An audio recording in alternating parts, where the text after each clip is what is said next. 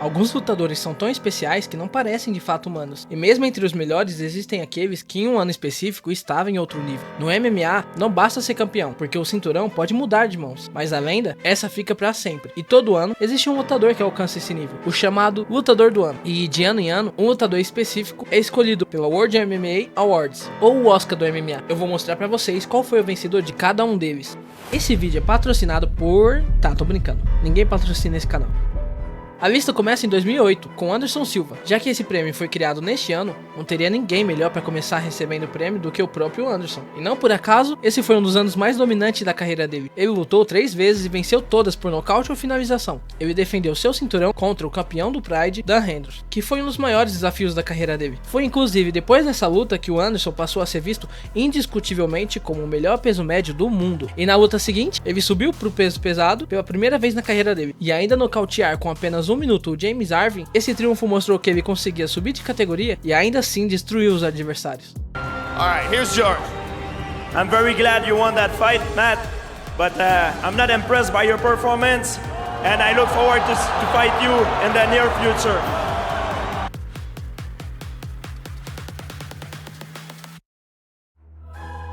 Em 2009, o lutador do ano foi o Georges St-Pierre. Ele lutou contra o BJ Penn, que vinha de vitórias impressionantes e era campeão dos leves até então. Ele venceu por nocaute técnico, já que o corner do BJ desistiu. Logo depois, ele defendeu seu cinturão no maior evento da história até então, o UFC 100, contra o Thiago Pitbull, que era considerado o striker mais perigoso da divisão. E caso estejam se perguntando por que o Spider, apesar de ter concorrido, não ganhou também em 2009, foi porque o ano dele foi meio contraditório. Ele continuava vencendo, mas as performances dele dividiram opiniões. Ele teve uma das lutas consideradas mais chatas da história, e na luta seguinte, uma das mais épicas e lembradas até hoje.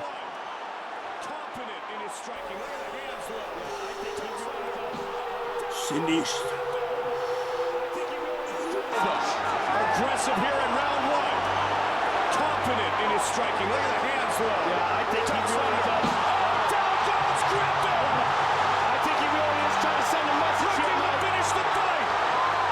Em 2010 tivemos José Aldo. Aldo fez 2 lutas nesse ano. Estava defendendo seu cinturão da WEC pela primeira vez contra o Uriah Faber. Ele castigou a perna do cara nessa luta. E apesar de ter sido vitória por decisão unânime, o Faber quase não conseguia andar após a luta. E na segunda defesa de cinturão, venceu por nocaute técnico também. Ele não só manteve o seu cinturão, como se consolidou como o maior peso-pena do mundo. E ainda em 2010, o UFC anunciou a compra da WEC e que o Aldo seria promovido a campeão do UFC. Yes, he does. Test your ability to go the distance. But guess what's gonna happen? He's gonna find out where his road ends and yours begins. Em 2011 não teve como, o esporte inteiro se rendeu a Jon Jones. Ele começava o ano vencendo o invicto Ryan Bader e logo depois já ganhou a chance de disputar o cinturão contra Mauricio Shogun, que era campeão da época. E o que aconteceu? Jon Jones atropelou Shogun, se tornando o campeão mais jovem da história do UFC. E não parou por aí. Ele defendeu o título 2 vezes no mesmo ano, contra Quinton Page Jackson e contra o sem discussão como lutador do ano. Em 2012 seguimos com ele. Sim, ele repetiu a dose. 2012 também foi o ano do Jones. Ele defendeu o cinturão 3 vezes contra Rashad Evans, Vitor Belfort e Chael Sonnen. A defesa contra o Belfort foi emblemática. O brasileiro quase finalizou o Jon Jones no primeiro round com uma chave de braço, mas o campeão resistiu, mesmo com o braço lesionado, e depois conseguiu vencer com uma Kimura. Isso só aumentou ainda mais a aura de vencível dele. Na disputa pelo prêmio, tinha gente como Daniel Cormier e Ben Henderson, mas ninguém tirava o trono de Jon Jones naquele ano. Put on a show for the first few rounds and then completely coasted for the last 2. Esse ano ficou marcado como uma das maiores zebras do MMA. Chris Weidman não era muito conhecido pelo pessoal mais casual, mas ele entrou para enfrentar Anderson Silva, que vinha de 16 vitórias seguidas e parecia imbatível. O Chris nocauteou Anderson de forma surpreendente e tirou o cinturão do Spider. Na revanche, alguns meses depois, a luta terminou de forma ainda pior. Anderson quebrou a perna num chute e Weidman manteve o título. 2 vitórias seguidas contra o Anderson no auge foram suficientes para colocar o Weidman como o lutador do ano de 2013. E sejamos sinceros aqui, todos sabemos que o Anderson era anos-luz melhor que o Weidman, mas esse é um esporte ingrato e o menor dos erros pode custar a luta.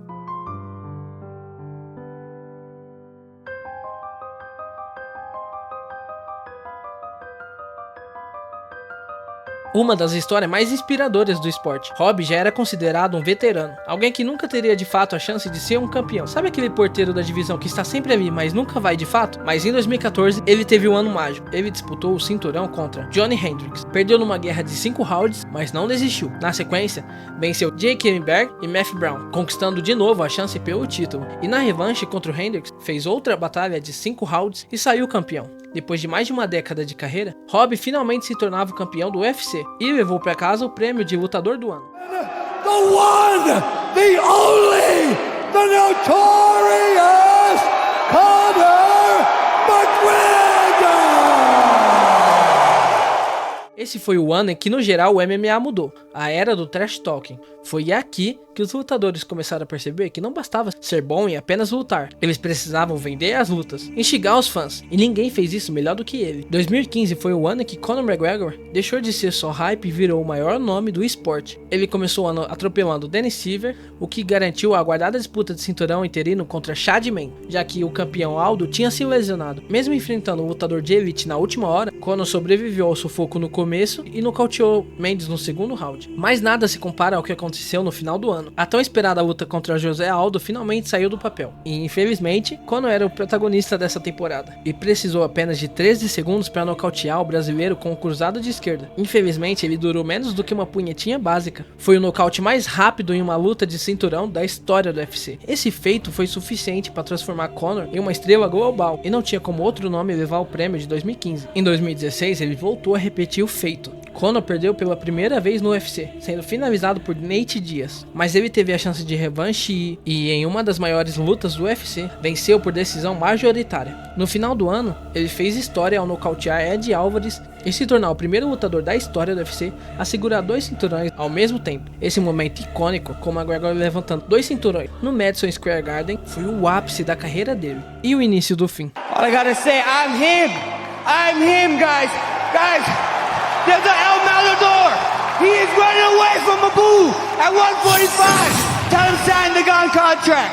Spain, Hawaii, wherever. 2017 foi o ano da consagração de Max Holloway. Ele enfrentou José Aldo, que ainda era considerado o rei da categoria, e nocauteou o brasileiro no terceiro round. Na revanche, alguns meses depois, o resultado foi exatamente o mesmo, outro nocaute técnico, mostrando que a vitória anterior não tinha sido sorte. Então, rapaziada, há quem diga que após o Conor, Aldo nunca mais foi o mesmo. E ainda hoje, você encontra pessoas falando sobre isso. Comenta aí o que vocês acham sobre, sei lá, a respeito. Holloway estava em uma sequência impressionante de vitórias e se consolidava como o novo rei do peso pena. E o mais impressionante de tudo isso é que ele provavelmente seria. Pena que...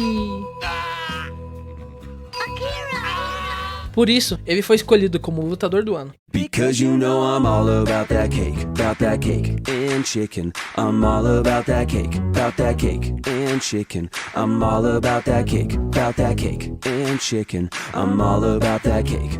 Esse foi o ano histórico para o DC. Ele já era campeão meio pesado, mas decidiu subir para enfrentar Stipe Miocic, que vinha de uma das sequências mais dominantes da história dos pesados. Cormier nocauteou Miocic no primeiro round e se tornou campeão em 2 categorias ao mesmo tempo. Além disso, ele defendeu o cinturão dos pesados contra Derrick Lewis no mesmo ano, finalizando sem dificuldade. Foi o auge da carreira do Cormier, que escreveu seu nome entre os maiores da história. I hope every one of you behind the screens or in this arena can feel this level of happiness just one time in your life. I hope all of you can feel how happy I am just one time in your life.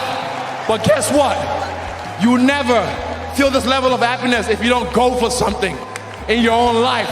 When they knock you down, when they try on you, when they talk about you, and they try to put their foot on your neck. If you stay down, you will never ever get that resolve. Fortify your mind and feel this level of happiness as you rise. One time in your life, but I'm blessed to be able to feel this again and again and again and again and again. O estilo único de Israel Adesanya encantou o mundo nesses 2 anos. Em 2019, ele venceu Kelvin Gastelum em uma das maiores lutas de todos os tempos, na disputa pelo cinturão interino. Sério mesmo, recomendo a todos assistirem essa luta. É impressionante o que esses dois deixaram no ringue. Logo depois, ele unificou o título ao nocautear Robert Whittaker, em frente a quase 60 mil pessoas na Austrália. O cara bateu no campeão no país do cara, isso é muito esculacho. E em 2020, ele defendeu o título contra Yoel Romero e Paulo Borrachinha. esse último sendo nocauteado de forma brutal. Adesanya se tornou uma das maiores estrelas do esporte e se tornou o segundo maior peso médio de todos os tempos. Ele estava limpando a categoria e estava a caminho de se tornar o número 1, só que...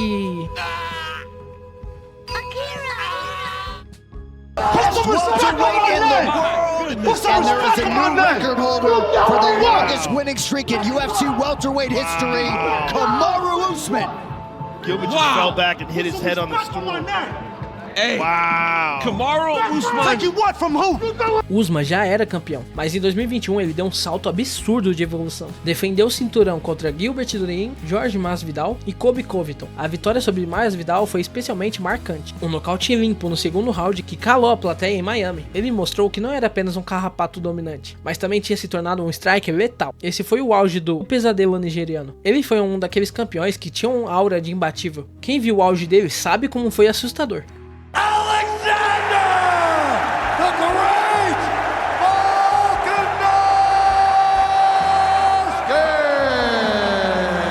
Volkanovski provou que em 2022 era um dos lutadores mais completos do mundo. Defendeu o título contra Shansung, ou zumbi coreano, e deu um verdadeiro show, vencendo por nocaute técnico. Depois fez uma luta duríssima contra Max Holloway pela terceira vez e dominou a luta do começo ao fim. Nesse ponto, já não haviam dúvidas. Volkanovski era o melhor peso-pena do planeta e um dos melhores lutadores peso por peso. Ele chegou muito perto de se tornar o melhor peso-pena de todos os tempos. Só que no caminho dele, né? Bem, havia um cara aí, né? Qualquer...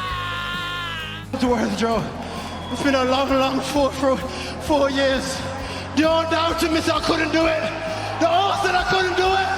Look at me now. Living in pound for pound. Headshot, dead. That's it.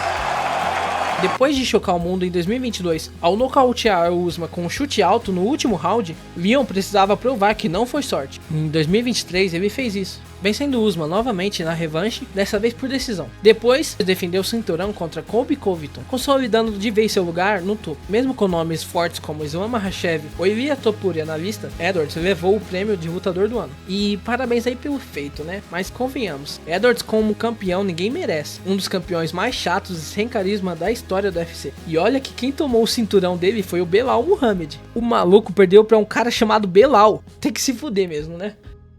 Gancho de esquerda. Opa, aqui entrou o uppercut. Penetrou. Balançou, Alexandre. Vambora, Poatan. Penetrou. É você, Poatan. Foi pro chão. Vambora, Poatan. Cruzado de um lado pro outro. É a sua hora. E acabou!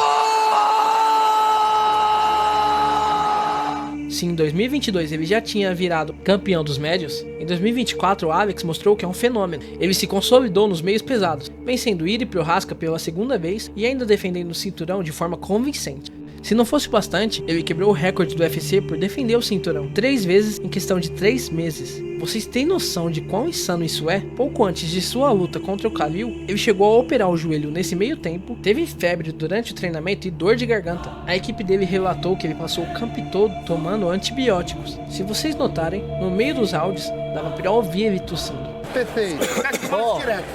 O carisma, a frieza e o estilo agressivo dele fizeram ele um dos maiores nomes do MMA mundial. E pessoal, na moralzinha mesmo, eu não consigo entender quem não gosta dele. Lembrando que o Ilia Topuria chegou a ser cotado como favorito, mas o impacto do Alex foi tão grande que não teve como. O Brasil voltava a ter um lutador do ano no Oscar do MMA. É pra levar o braço pra casa, deixou ele rodar, foi pras costas de novo, vai apertar o pescoço, vai pegar, se não bater vai apagar, Charles do Bronx, é do Brasil, vai pegar, Charles do Bronx! Até agora, temos apenas os indicados. O prêmio não foi entregue ainda oficialmente, mas entre os favoritos estão Ilia Topuria, Islam Makhachev, e você percebe que apesar deles não terem ganhado ainda, ambos estão ali, no cantinho deles só esperando a chance. E isso já tem uns anos. Isso só mostra o quão absurdo esses dois são. Deixe a sua opinião sobre quem você acha que deveria ser, ou se você discorda de algum ano específico. E muito obrigado a quem assistiu.